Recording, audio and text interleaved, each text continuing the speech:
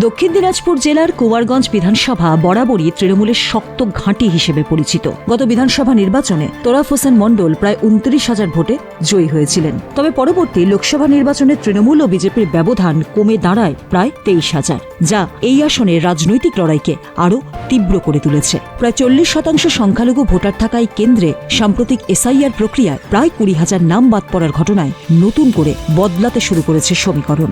ফলে কার পক্ষে যাবে পরিস্থিতি তা নিয়েই শুরু হয়েছে জল্পনা।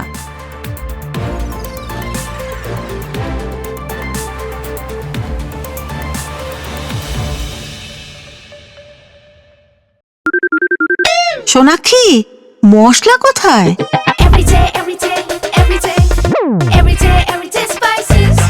এভরিডে মশলা, দেশের স্বাদ।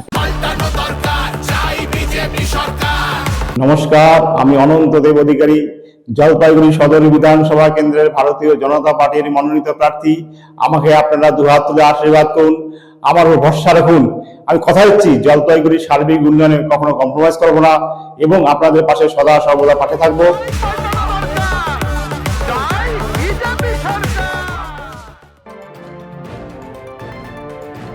একদিকে বিজেপি প্রার্থী শুভেন্দু সরকার, অন্যদিকে তৃণমূলের তোরাফ হোসেন মণ্ডল। উভয় পক্ষই জয়ের ব্যাপারে আত্মবিশ্বাসী, কেউই ১ ইঞ্চি জমি ছাড়তে নারাজ। পুরো এলাকা এবার ভারতীয় জনতা পার্টির পক্ষে এবার দাঁড়িয়ে পড়েছে। তারা শুভেন্দু সরকারকে ভোট দেবে বলে মনস্থির করেছেন। কতটা সাড়া পাচ্ছেন? আপনি দেখছেন তো, আপনি তো দুটো পাড়াতে গেলেন, দুটো গ্রামে এখনো যাননি, দুটো পাড়াতেই যে মানুষের উচ্ছ্বাস, তাতে আপনি নিশ্চয়ই বুঝতে পারলেন যে মানুষ কি চাইছে এবার। আপনি যদি জয়লাভ করেন ভোটে, যদি তো নয়, এখানকার মানুষ আমাকে জেতাবে সিদ্ধান্ত নিয়েছে, কোনো যদি কিন্তুর কথা নয়। আপনার নিকটতম প্রতিদ্বন্দ্বী কে মনে হচ্ছে? বাম প্রার্থী মোফাজ্জল হোসেন নাকি তৃণমূল প্রার্থী যে 10 বছরের বিধায়ক তোরাফ হোসেন মণ্ডল? এখন ভারতীয় জনতা পার্টির পাশে কেউ নেই, এখন ওনারা কে সেকেন্ড হবেন জন্য তারা আজকে প্রতিদ্বন্দ্বিতায় নেমেছেন।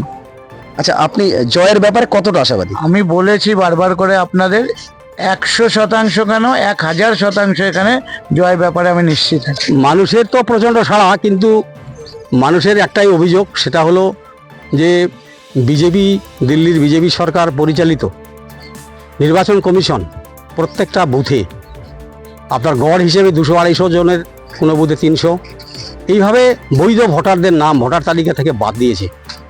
সেটা মানুষের একটা ক্ষোভ, সেটা কথা শুনতে হচ্ছে। আপনি জেতার ব্যাপারে কেমন আশাবাদী?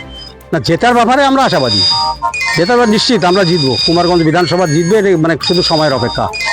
আগামীতে জিতলে আপনি কি কি উন্নয়ন করতে চাইছেন?